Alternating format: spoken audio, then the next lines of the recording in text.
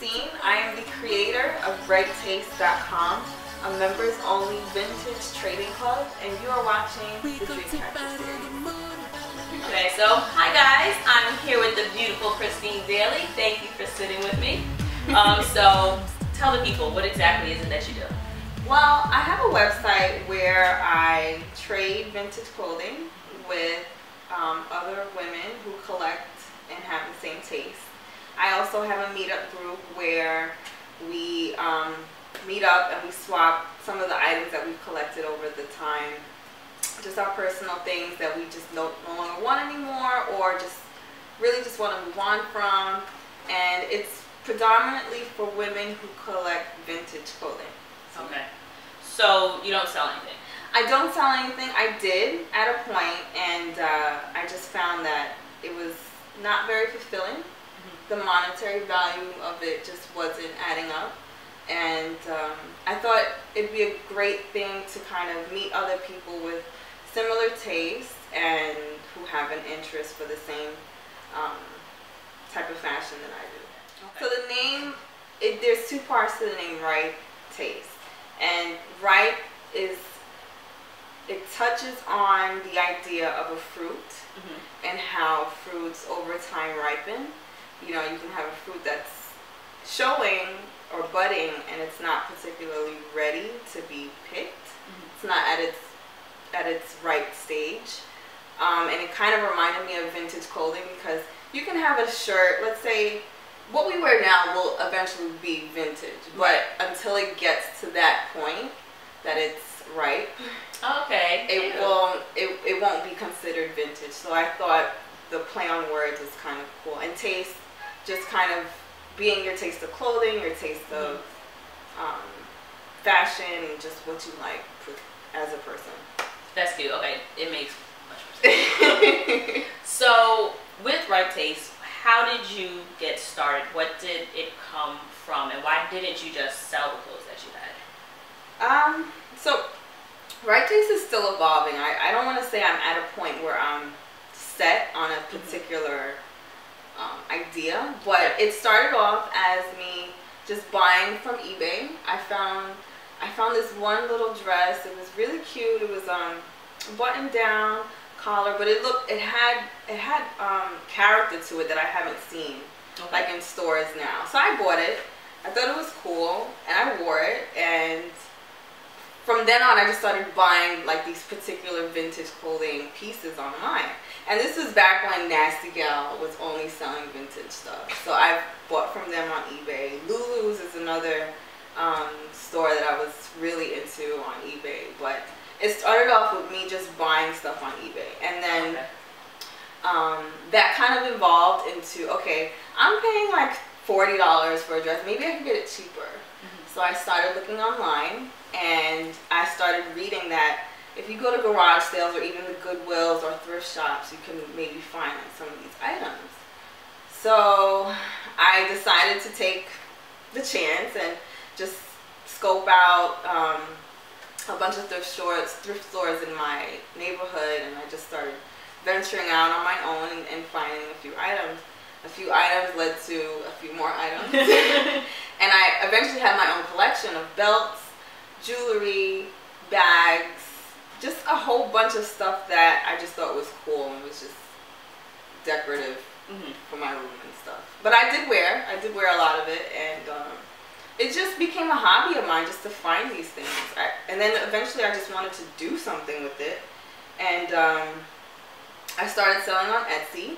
Okay. I put some of my items up on sale. You still have the Etsy shop? It is still there, but I typically use my Etsy to buy things now instead of selling. So the way it works is if you go online, as if you're shopping at a regular store online, and you go to the product pages where you see the actual items. If you see something you like, there is a trade form on the bottom of each product. So if you see a jacket, you like the jacket, there is an actual form below the jacket where you can enter your name, enter an item that you have that you would like to swap with that jacket. The catch is you need to be a member of the site in order to see the form.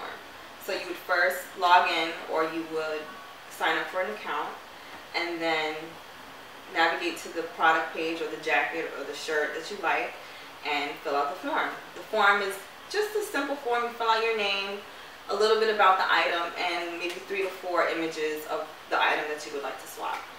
Okay, so essentially you decide what gets swapped. This is true. So you're basically just housing a virtual closet with women or men and saying, here are the items I have. What do you have that you want to trade me for? Yes. I think it's like a genius idea. Thank you. It's essentially like because I've heard of the different events where like you go and you just bring something like with natural hair. Right. Like a lot of, like I've done, when you go to a meetup, they do like a product swap where, okay, I've used this, I hate it, my hair hates it, right, and what else can I possibly do? And I've heard of this, oh, so I want this, so I'll trade you this 3/4 for your 3/4 of whatever the product is. That's pretty freaking awesome. Precisely, because you know we like to rotate things out of our closet. Your taste in 2009 may not be the same taste that you have now. Right. So why keep that item that can be like a piece of gold to someone else? Right. I find it, you know, one, it creates space for stuff that you want to, you know, accumulate or just swap out. And what if you want to? What if your style changes? What if you don't particularly have the same style as you did before? I think it's a great way to just rotate your closet, affordable at that, because you know you don't always want to have to buy things. What if you have, you know, something? Obviously, this is not. We're not swapping T-shirts. We're not swapping just rags. These are like quality items, jackets, hats, even. I think the accessories are doing really good because those are like key accent pieces that tell a lot about a person. So, you know, I think I think it's a great idea. I think it's, if I would use it, I don't see why anyone else wouldn't. Right. So since you don't sell the items, what exactly is your full time? Like, what's your background in? Like, what do you do? What do I do? So I went to school on Long Island, and I studied computer information systems. My full-time job right now, I work at CBS, and I work for their tech team. And my responsibilities on a daily basis are managing the websites for their news stations and radio stations, a few of their apps, and I work on their support team. So any kind of issues that come up, thank you. It's been a real blessing because I learned a lot from working there. I was very wet behind the ears when I first started, and I took in a lot of information, and I learned so much that helped me create something on my own that I'm passionate about and that I just you know, I can do for my own self-fulfillment. So I really thank God for that. It's been really fun. So your, I guess, technical background with CBS actually helped with your website. Definitely. Absolutely. Just even dealing with other vendors, because I do have outside people helping me to develop custom things for my site. Really? How does that work? Yeah, so the trade plugin, the form that you guys see on the website, that is actually developed from a developer in Austria.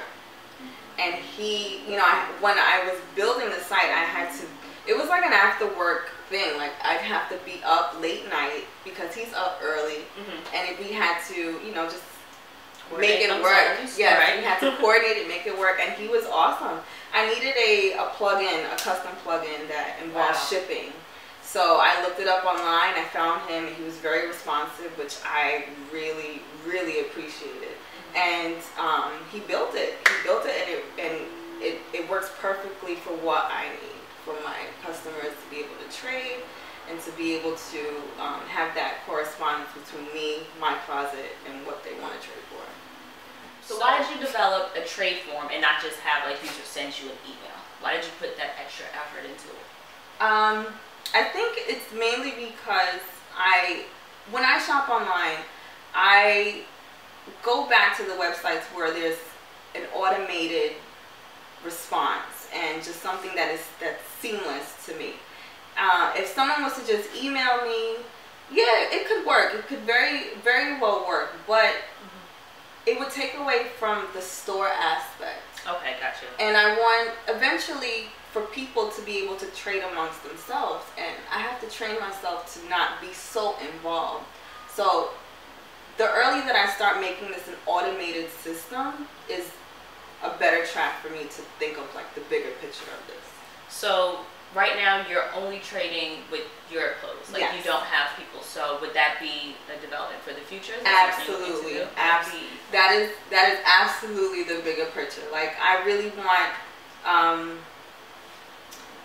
Jessica, who lives in Ohio, to be able to trade with Samantha, who lives in New Jersey. You know, I want to connect the people who don't really have access to these things. That's like, so you essentially be like a hub for all of this, where it would, I can't think of anything else that's like I could use as like an analogy. You know where the idea came from? eBay. eBay, they sell. Oh, okay, right. And because it's used clothes or used, it's not always used clothes and items, but you know, going into eBay, these could be secondhand things. Right, and, you know, people may not always want to buy it. What Right. if they have something that they want to exchange for? It was really when I started going to Buffalo Exchange that I really understood the concept, because the first time I ever walked into a Buffalo Exchange, I was just amazed by, one, the amount of people who were there, who had barrels and bags of stuff to just give. You know, this is something I think our generation can benefit from, especially because, you know, living in New York, you have to save money. Absolutely. You cannot just splurge on, I mean, the responsible people. You can't just splurge everything that you have, and you still want to look good. You still want to go out. You still want to post your pictures on Instagram. You still want to look, you know, presentable and uphold your fashion morals and just things that you want to. You want to represent your image at the same time. You don't want to go broke doing it. Exactly. Like I mentioned a little earlier, like it's an evolving thing. This wasn't something that just came overnight up. No, idea. definitely not. Definitely wasn't overnight. And when I first put up the site, yeah, there were prices on there. And you know, I'm staring at it every day, every night, and I'm like, I don't want to sell these things. There's something else that can happen here. You know, it's not just about the money. Like I can sell something out there. I could put a price tag on anything. You know, just, you know, there's ways for me to sell things out there. I don't want to sell. I want to do something more interactive for people who benefit more from it. Yes. You can always make money, but once you get rid of something that you want and you have nothing to show for it, once you spent that money, it's like, well, what was the point in that? And that was my exact feeling. Like I had such a hard time selling one of my dresses because I got maybe 50 to 60 bucks off of it, and what did I do? I went out to dinner that night and I spent the money, and it was gone, and then the dress wasn't there, and it was gone. Yeah, I can understand. But that had to happen just for me to even have these thoughts, or you know, just have this, you know, go on this path that I'm going on. So what else do you see in the future of RipeTaste? Do you see doing more? I don't want to say pop-up shops, but like more in-person meets where you kind of like foster or cater to that demographic of people? Yes, definitely. On the website there is a link to our meetup on meetup.com. So what I see in the near future is more of an interactive swapping, because it's hard to wrap your head around swapping online. So I want to build a substantial amount of people who one have vintage stuff to swap, and that can just build like a membership. You want a core base, like you want a local following. Exactly. And you know, just people who have that interest. It's not so. Of course, the option will be there for them to swap online, but I think it's important to find to do it in person first. You know, just to push everyone online is kind of, it's not. I don't think it's a great marketing idea, and it's easier to retain those people if you do something in person. We actually, me and my girlfriend, we had a dress swap. It was last February, and it was such a great experience. It was really fun. We invited a bunch of our friends. We asked everyone to bring 3 dresses that they no longer wanted, and you know, with the idea of picking up 3 more items that they can swap with. And it was a great idea. Like everyone had so much fun. Everyone asks us like when we're gonna do the next one, but I really do see a future for not only just buying stuff, but swapping and getting rid of old things. So the internet is so tricky. Like, yes, it is. All it needs is a good picture. Yes, the pictures are.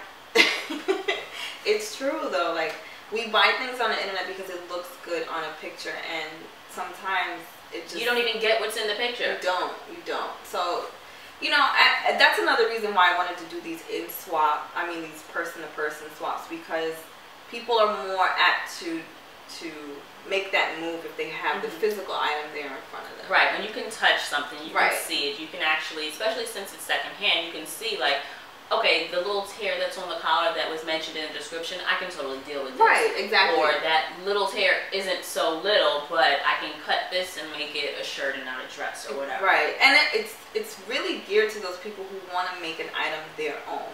You want to add something, you want to cut the sleeve, you want to make a rip in your jean. Like, it's really catered for those creative people who want to take an item and make it their own instead of just, you know, going to the store and buying something off the rack. Exactly. There's nothing wrong with that neither. I mean, I do it all the time, but there are some pieces in my closet that I know are just for me, because it's something that, you know, I tailored or I picked out, or that was just meant something. So the idea has kind of evolved to this point, and I don't want to overcrowd myself with ideas. So I really want to concentrate on the person-to-person swaps. Okay. And do you have one lined up? Do you have one? I do. I have one lined up coming for the fall. If anyone is interested out there, you can go to www.ripetaste.com, RipeTaste.com, and you can sign up to our mailing list. As soon as we have all the details solidified, we're going to send out a letter to our subscribers and our members, and yeah, hopefully, I want to say end of fall, beginning of winter.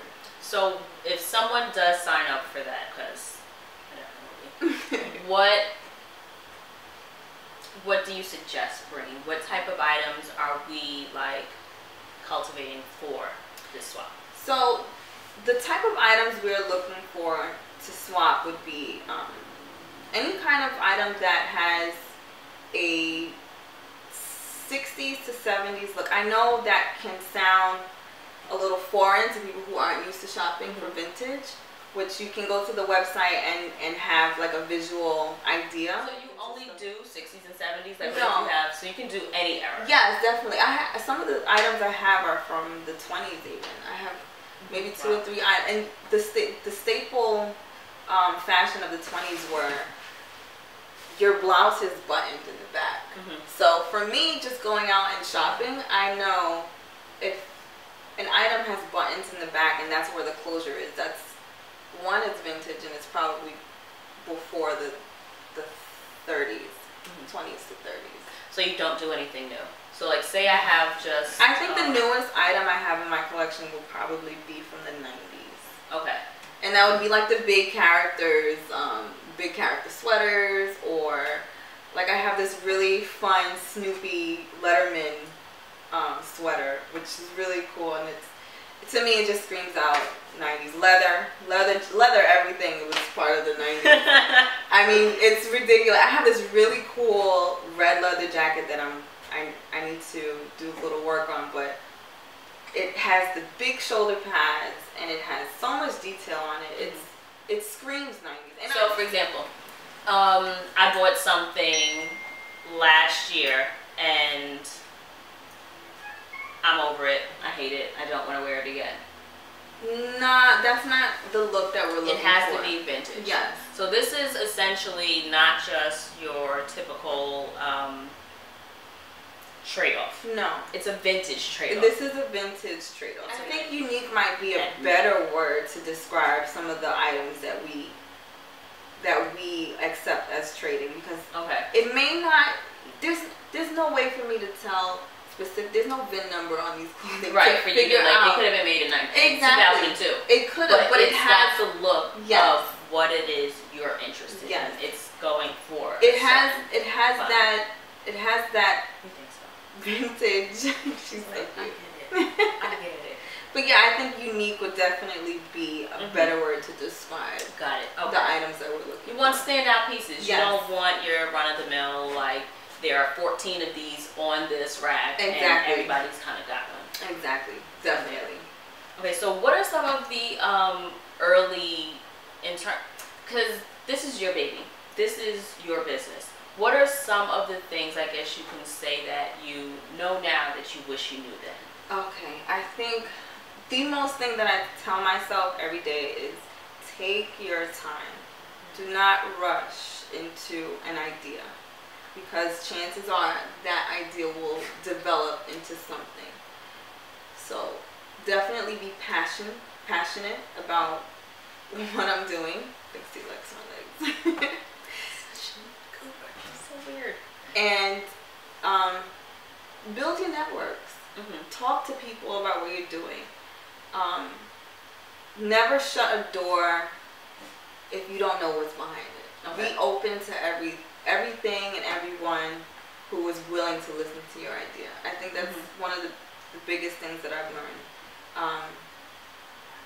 And just be positive. Like there have been times like this. It took a while for me to get comfortable enough to talk about this. It wasn't always like, something that it was always brewing in my head, but I was not always vocal about it. You weren't very confident that somebody else would be interested in the things you were interested in. Definitely. So I think it's one of the things I learned from that is just have faith in yourself, and as long as you're passionate about something, and as long as you feel good about it, everything else kind of falls to the wayside. Take a chance. That's really what I learned. You really don't have much to lose, especially if it's an idea. The most you're gonna lose is time and money. Exactly. Which you're, God willing, you get more time, but you can always make more money. It's not like we're young. If we're gonna blow money on just ideas, this is the time. Yes, we're young. Yeah, definitely. At the Athens Festival, I ran into one of my really favorite designers. His name is Ron Bass. Oh, I know the name. Yes, he had a really good line. He has a really nice line in. He had a line in Forever 21, but he's in like all the gym. Yes, he's in all the gym. So what has he done? Like, so I asked him specifically, like, how did you get into fashion? That was my question to him, and he said, I stumbled on it. I am an artist. That was what he told me, and he said I'm very passionate about art, and that because I followed my passion and because I did what I felt in my heart was closest to me, it opened the doors for those opportunities. And he had really great people around him who saw his vision and saw where he was going, and they extended that to him. And I will always remember that conversation, because he really opened my eyes to it. He's like, don't do anything for the money. Do it because, and he had no clue about this vintage, so I didn't even mention it to him. Like, it was really just a pure conversation of his path and what he did. Right. And I will take that everywhere that I go. Like, I felt so motivated after that. Like, I wanted to go home and just, continue working on my little vintage project. But what he said meant a lot, and I really believe that, because this is something that I've been just doing or just practicing for since I was a freshman in college. So it wasn't something that just kind of came overnight. Like, it's been brewing for a really long time, and I think keeping that little fire lit inside of me is really where I need to be. I need to just continue and focus on what I like to do in my passion, which is, the vintage culture. I think it'll definitely pan out for you, because that's kind of like why I enjoy doing this.